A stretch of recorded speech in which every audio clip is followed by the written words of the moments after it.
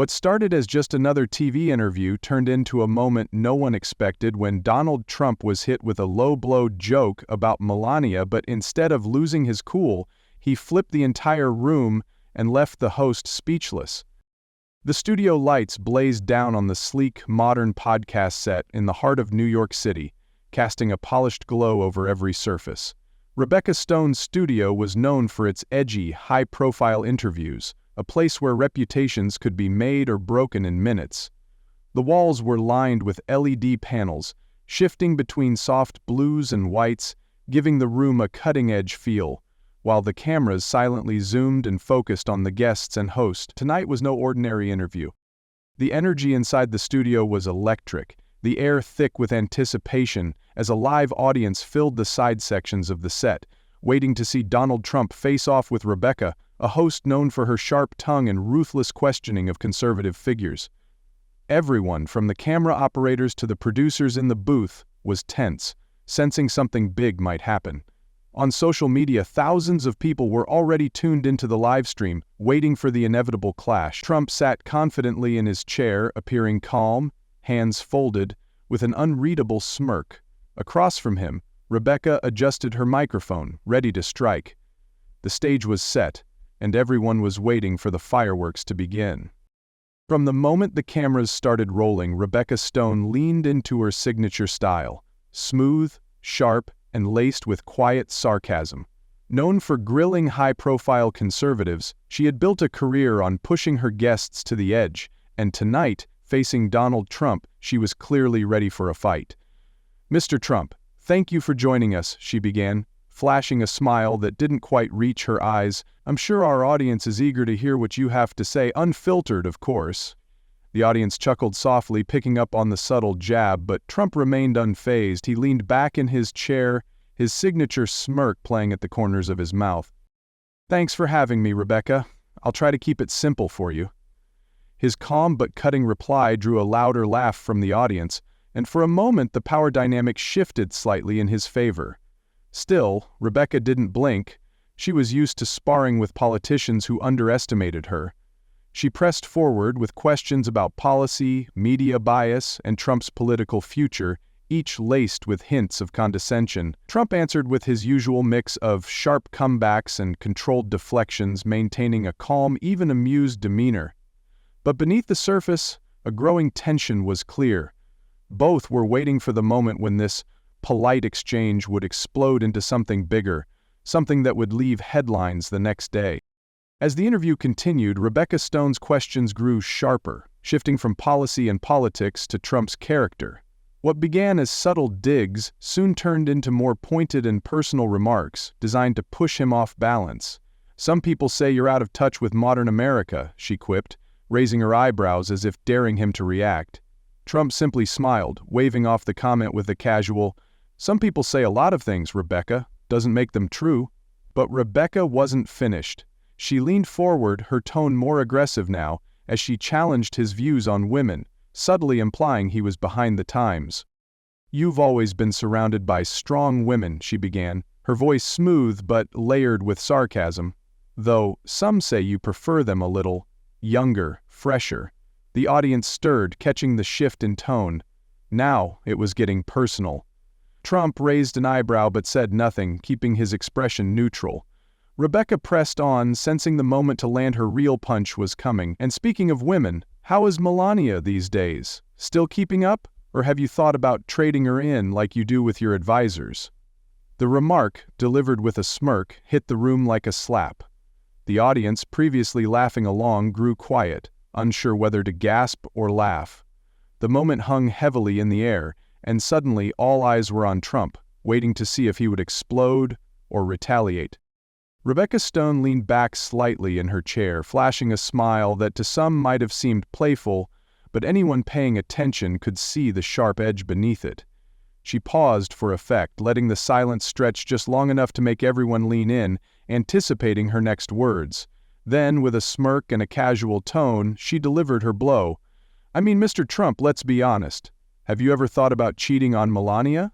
Because let's face it, she's kind of outdated. The words dropped into the room like a bomb, wrapped in the disguise of humor, but the malice was unmistakable. A few people in the audience let out nervous chuckles, but most simply froze, unsure how to react. Even those who weren't Trump supporters recognized that this wasn't just a jab at him, it was a cruel swipe at Melania, a woman not present to defend herself. Trump didn't respond immediately. Instead, he sat still, staring down at the glossy surface of the desk in front of him, his fingers tapping slowly, rhythmically, as if weighing the room. His silence was louder than any words, and the tension in the studio grew thick enough to cut with a knife. Rebecca's confident smirk wavered slightly as she waited for a reaction, perhaps a flustered denial, maybe a counterattack. But none came. Instead, Trump slowly lifted his head, fixing her with a look that was part disbelief, part calculated focus. When he finally spoke, his voice was steady, calm, but with an unmistakable edge. "Let me get this straight." The room was silent now. Everyone knew they were about to witness something they hadn't expected. Donald Trump leaned forward slightly, resting his elbows on the desk as he locked eyes with Rebecca. His voice was calm, but every word carried weight.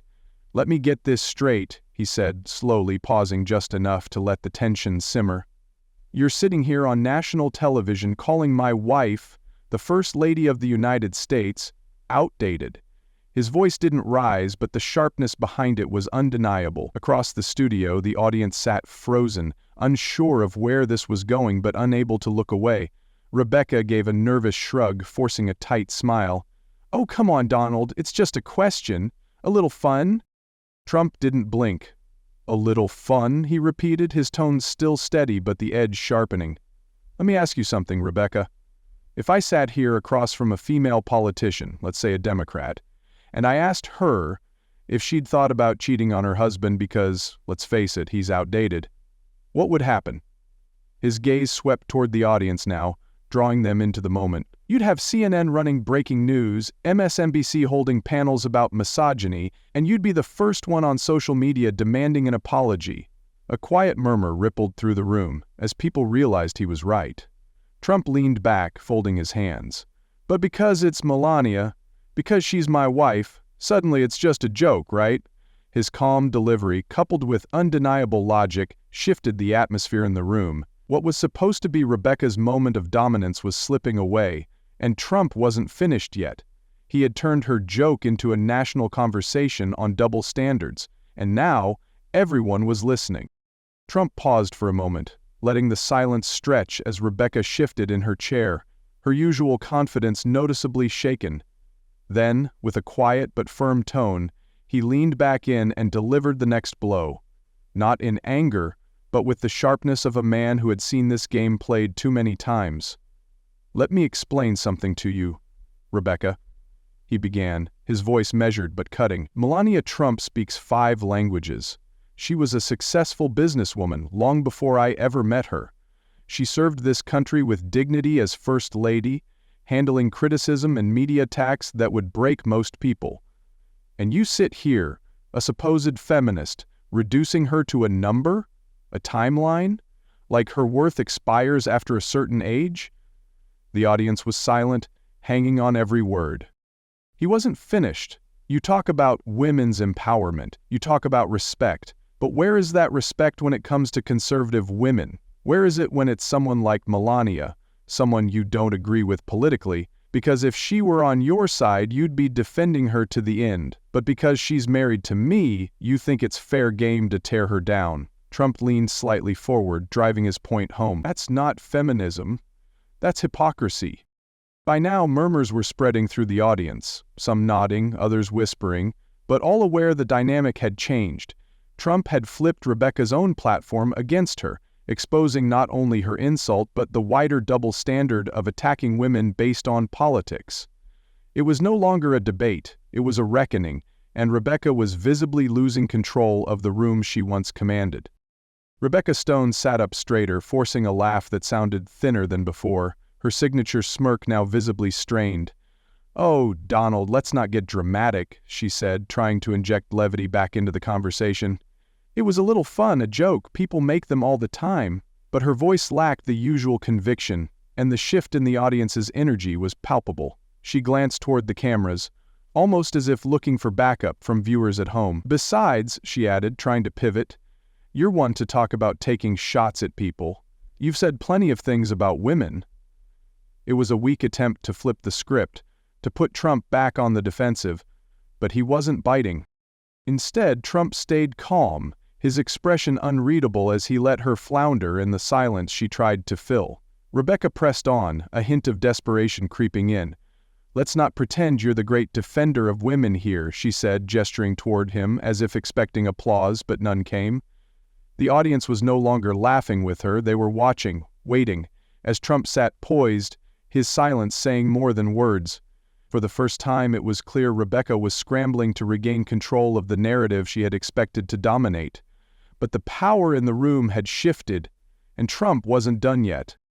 Donald Trump leaned forward, his elbows resting casually on the desk, but there was a sharpness in his eyes now, the calm before a storm. "You know, Rebecca," he began, his voice steady but cutting through the silence, "it's funny how quick you are to throw insults and call them jokes. But the moment someone holds up a mirror, suddenly it's, 'Let's move on.'" The audience stirred, a few murmurs rippling through the crowd. Rebecca opened her mouth as if to respond, but Trump raised a hand slightly, stopping her without saying a word. "You asked if Melania is keeping up. You called her outdated," he said, the words now sharp as a blade. "Let me ask you something, Rebecca. What's the expiration date for a woman in your eyes? 40, 50, 60? Should we just cancel women when they hit a certain age? Is that how empowerment works now?" Rebecca froze, her usual smugness gone, but Trump wasn't finished. "And since we're making observations," he added, leaning in just enough to make her shift uncomfortably, "how old are you, Rebecca? Mid-40s? Do you feel outdated?" The question hung in the air and the audience gasped. Some laughed nervously, others sat stunned. "See how that works?" Trump said, his tone even. "You didn't like that, did you? Maybe next time. Think twice before you try to humiliate someone's wife just for a cheap laugh." At that moment, the power in the room shifted completely. Trump had taken Rebecca's own words, turned them inside out, and handed them back to her, leaving her visibly speechless, as the audience's silence turned to hushed agreement. As Trump leaned back in his chair, the audience sat in stunned silence, the weight of what had just happened sinking in.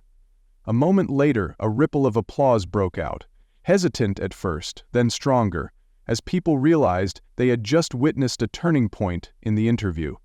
Rebecca Stone, known for controlling every conversation, sat quietly, her usual composure shattered. But while the studio was trying to catch its breath, the real explosion was happening online. Within minutes, clips of the exchange were flooding social media, trending under hashtags like "Trump turns the tables" and "Rebecca Stone failed." One of the first viral posts read, "Rebecca Stone thought she could take down Trump. Instead, he dismantled her and defended Melania like a boss. Watch this epic moment." The video had millions of views within the first hour, with people across political lines weighing in. Even those who didn't support Trump admitted that the question about Melania was out of bounds. "You don't have to like Trump to know that was low. Melania didn't deserve that," one user wrote. Others were less kind to Rebecca. "So much for feminism when it comes to conservative women, huh?" Media commentators scrambled to react, some defending Rebecca's right to ask tough questions while others criticized her blatant double standard. But the consensus online was clear. Trump had won that exchange not by bluster, but by calmly exposing the hypocrisy. And people weren't done talking about it. In the days following the interview, Rebecca Stone found herself at the center of a media firestorm, but not in the way she had planned. What she thought would be a career-defining moment turned into a public relations disaster. Headlines flooded news outlets. Rebecca Stone faces backlash after insulting Melania Trump. Feminist hypocrisy exposed on live TV. And Trump flips the script in viral interview showdown. Sponsors for her show began facing pressure, with many viewers demanding to know whether they endorsed her remarks about Melania. Some advertisers even pulled back, citing the controversy as off-brand. Meanwhile, the public debate exploded. Social media platforms were on fire with millions of comments dissecting every moment of the exchange. Even liberal-leaning figures admitted Rebecca had gone too far, with one well-known commentator tweeting, "You don't need to be a Trump fan to recognize that attacking Melania like that was a cheap shot. We can do better." Others pointed out the double standards, asking why women like Melania or other conservative figures were treated as fair game, while progressive women were shielded from such attacks. For Rebecca, the damage was done. Though she attempted to issue a half-hearted apology, viewers weren't buying it. Her ratings dropped, and within a week, rumors circulated about the network considering a replacement for her show. What began as an attempt to humiliate Trump ended up humiliating her, and in the process sparked a national conversation about respect, double standards, and media bias that refused to die down. A few days after the interview went viral, Rebecca Stone returned to her show, clearly rattled by the backlash. She began with what was meant to be an apology, but to many it felt forced and hollow. In the heat of the moment, she said, "I made a comment that was taken the wrong way. It wasn't my intention to offend, and I respect Melania Trump." But viewers weren't buying it. Social media erupted again, calling out her attempt to shift blame onto her audience for misinterpreting her words. Comments poured in live, slamming her lack of accountability. "We didn't take it the wrong way. You said it exactly how you meant it." Others pointed out the obvious. If you respect Melania, why would you call her outdated on live TV? Despite trying to move past the moment, Rebecca's show never fully recovered. Viewership declined sharply and sponsors remained silent. Rumors began swirling about her possible suspension or even cancellation. Meanwhile, Trump's calm but fierce defense of Melania continued to be praised, turning the moment into a broader conversation about media bias, feminism, and respect for women, even those on the opposing side of politics. And for Rebecca, the stain of that moment seemed unlikely to fade. In the end, the clash between Donald Trump and Rebecca Stone became about much more than a single insult. It exposed a deeper issue that resonated far beyond political lines: the hypocrisy in how women are treated in public discourse, especially when they don't align with popular narratives. Trump's defense of Melania wasn't just a husband standing up for his wife. It was a sharp reminder that respect for women shouldn't be conditional on their political affiliation. The moment forced people to confront uncomfortable questions. Why is it acceptable to mock some women and not others? Why do so-called champions of women's rights stay silent when a woman they don't like is attacked? The audience, both in the studio and watching around the country, saw firsthand how media figures often cross the line, disguising cruelty as humor when it suits their agenda. And Trump, often criticized for his own remarks, flipped the conversation and exposed a glaring double standard. The powerful lesson from this story is about respect, fairness, and double standards. No matter what side of the political aisle someone stands on, every woman deserves to be treated with dignity, without being mocked for her age, appearance, or relationship. Donald Trump's calm but sharp defense of Melania reminded everyone that true respect for women should be consistent, not based on political views or selective. The incident also exposed how some in the media use jokes to disguise cruelty, only to backtrack when called out. It challenged viewers to think about why it's acceptable to attack certain women but not others, and whether we've allowed hypocrisy to replace genuine conversations. Most importantly, it showed that strength isn't always loud or aggressive. Sometimes the most powerful way to fight back is with calm truth that forces people to see their own bias.